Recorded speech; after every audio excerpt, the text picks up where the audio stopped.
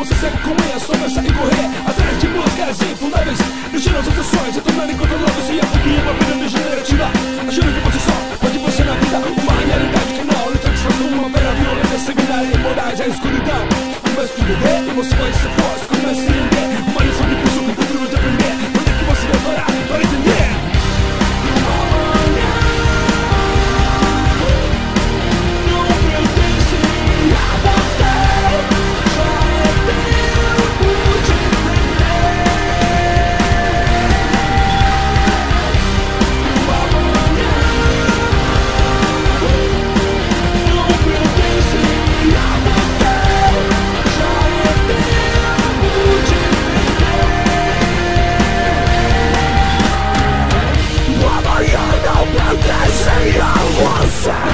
Eu também já guerriei. Eu sei que hoje em dia não tá fácil pra ninguém, mas só um sentimento que alivia a nossa dor, o qual sempre conhecemos, ele é o amor. E aqui eu estou, hoje a caminhar, o coração fluindo, motivos para chorar. Realidade dura e cruel, meu irmão. Esse sente sozinho é meio a multidão, mas está escrito na Bíblia a palavra de salvação. Pode ter um homem confiando no homem na perdição, somente um homem que pode lhe salvar.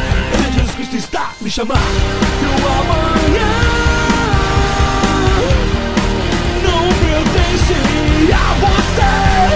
Já é tempo de entender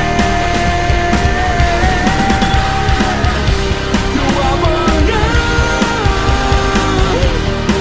não pertence a você. Já é tempo de entender. O amanhã não pertence a você.